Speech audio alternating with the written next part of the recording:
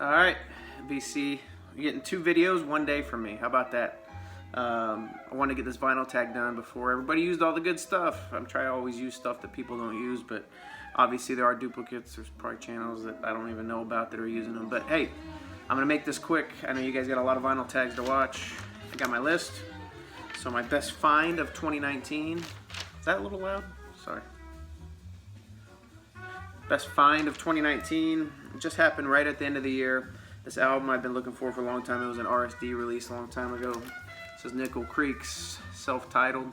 I think Shamrock and Records actually showed this from a. This was also released in 2000, but I'm not using that. But terrific album. It was my #1 grail on my list. They don't come up for sale very often. When they do, they're very overpriced. I got this for smoking deal.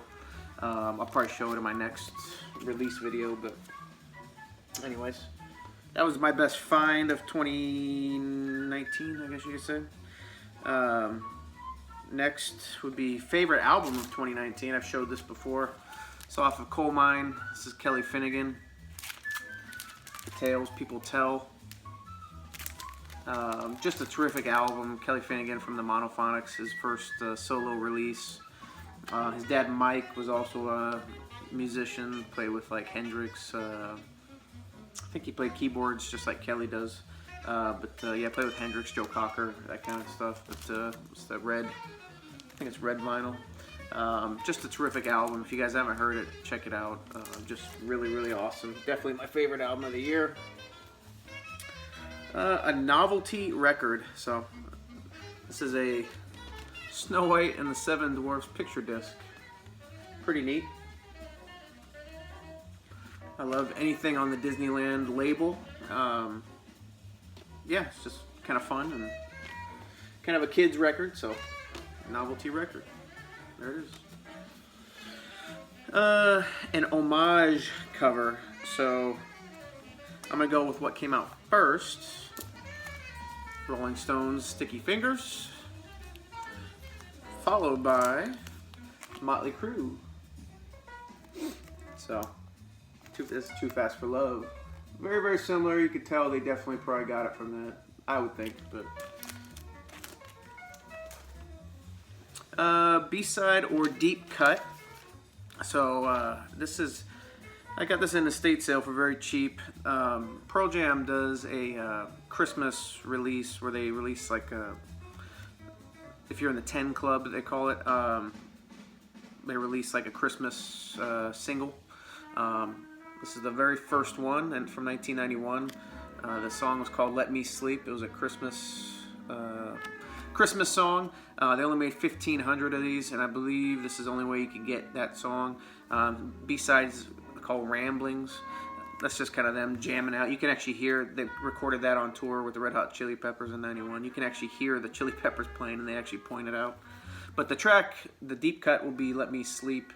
Talking about, you know, just Christmas time, let me go to bed, so I can wake up in the morning and get my presents pretty much. So very, very cool. 45. So that's my deep cut. I know a lot of people haven't heard that. I'm not a Pearl Jam fanatic or anything, but yeah, still enjoyable. My something funky be Brick. It's from 1977 on Bang Records. Definitely got a little funk, a little soul. I think those kind of go hand in hand. The main song off of here is Ain't Gonna Hurt Nobody, which I believe Kid and Play sample. But yeah, great funky album. I have a lot of funk, but I just kind of picked one. Weird Shelf Buddies. So I'll just kind of put them in order. Red Hot Chili Peppers sits right next to Otis Redding, and those are the two that were sitting right next to each other, so that's what I picked. Little rock music with a little soul music, so kind of a weird little combo. What do we got here? Number 8, I Was There, band I saw live. Seen a lot of bands live, so I'm just gonna go with the last person I saw live, which was Billy Joel. He closed out the old Texas Rangers ballpark. It was the last concert there. So this is one of my favorite albums of his, Piano Man. Great concert. just gotta play all the hits, which he has a lot of. So let's see here. Album I wish I had an OG copy of, but I only have a repress. A lot of jazz albums that I wish I had an OG copy of, but I just picked one. Sonny Rollins, Saxophone Colossus. This is a great repress. I don't think I'll probably ever find, unless I find one. I'm not gonna ever pay, $500 or $600 for an album. That's just not something that's gonna happen. So yeah, if I ever find one for under 100 or maybe even under 200, I could see paying, but never anything higher than that. So that will have to do. Discography, I own all of, or the most of. I have several. The most by one artist that I own of would be the Beach Boys. I'm only like 1 or 2 albums away from the whole discography. But one of the ones that I do own the entire one of is my favorite punk band. I show them all the time. Millencolin out of Sweden. I just picked my favorite album of theirs, which is Four Monkeys. Just one that reminds me of good times when I was a kid, snowboarding and hanging out with friends and getting me pumped up. You know what I mean? Kind of skate punk, pop-ish music. They're on Epitaph. So Unique Center label. I picked a couple. So first, this is a weird private press jazz album. This is Tom Kennedy. He's out of the Boston area, and the album, it's called Golden Crest. Never really seen that before, but I thought it was kind of neat. All right, and then another one. Excuse me, format. But the Metallica Black album, which I am blessed to own a OG copy of. And just like the CD, I don't want it to fall out here. There it is with the snake and the Metallica Black. Always kind of love that label. So kind of two different. All right, next. What we got here? Oh, band featuring someone famous, or before they became famous, kind of.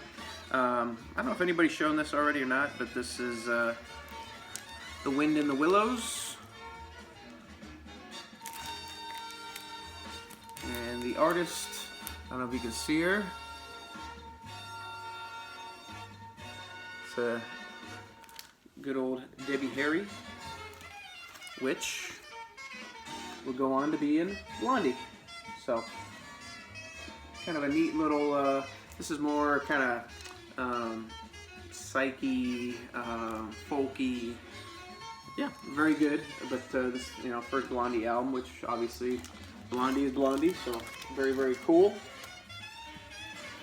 Oh. All right, next we have an underrated album. Several albums that I think are pretty underrated, but from my favorite, probably one of my favorite artists, Weezer Make Believe. Don't know why this never really got a lot of acclaim. I know a lot of people like Beverly Hills, but my favorite track off of here is Perfect Situation. I think that's right up there with any of their Blue, Pinkerton stuff. I think it's a great track. We Are All on Drugs. I mean, this is produced by Rick Rubin, but I really don't know why. I mean, it was a success on radio play, I guess, with Beverly Hills and stuff like that, but I mean, a lot of Weezer purists, don't like this album, and I really don't know why. I own all the Weezer Mo-Fi presses, so yeah, that is my underrated album. Artists with consistent albums, kind of just a track record of producing good records. Up until this guy died, he pretty much, in my opinion, did no wrong. Maybe other people thought differently, but Sam Cooke, I just pulled one, Night Beat. Just a great album of his.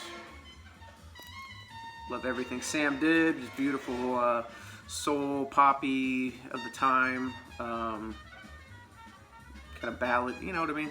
Everybody knows Sam Cooke, but I just think he had a good track record of producing great music. Next we got, let's same album with 2 different covers. So this is Miles Davis, Porgy and Bess, and then that is the UK version of Porgy and Bess. So pretty cool.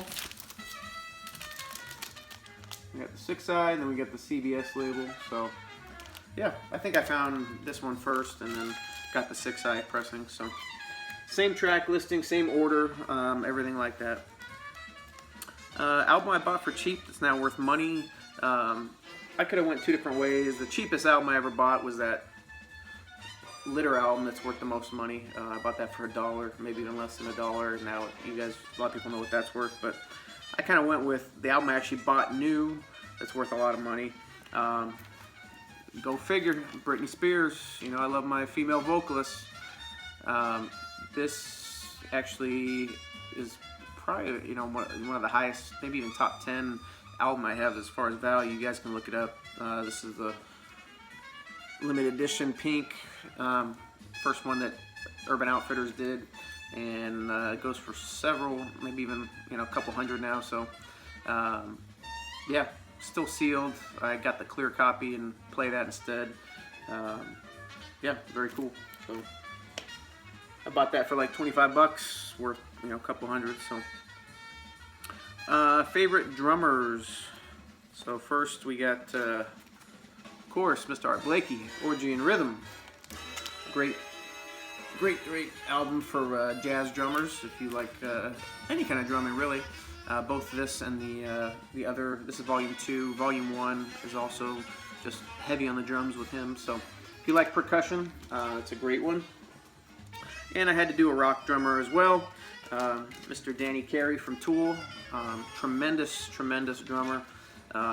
He does get a lot of accolades, I should say, but one of my favorites. On this new Fear Inoculum album, I think he really goes off, just playing crazy stuff. I don't know if any of you heard that Fear Inoculum, but it's terrific. So, Danny Carey. You know what? I just realized I missed one. I'm going back to number 13. A book or movie. Blue Note. Reed Miles covers. Just terrific coffee table book, showing some of the classic covers that he did. Just picked this up off of eBay actually not that long ago. Just very cool. Kind of talks about it a little bit, and very nice. So nice big coffee table book there. Sorry about that, to get that out of order, but I just saw it sitting here and I forgot about it. So where am I at here? So I did favorite drummer. Okay, so turning 20 in 2020. It's a band called Taproot. One of my wife's favorite hard rock bands. This came out in 2000. There's the guys there. Kind of the same realm of Chevelle, Deftones, any of those kind of you know, rock bands like that. A lot of them sound the same to me, but it's actually a pretty good album. It's the first time it came out on vinyl was last year, and I picked it up, music on vinyl, did a repress of it, or initial release, I should say, not a repress. Trilogy of 3 solid albums from the same artist. There's several by this artist, really, but I just chose 3 in a row here. Mr. John Coltrane. So first we have Africa Brass.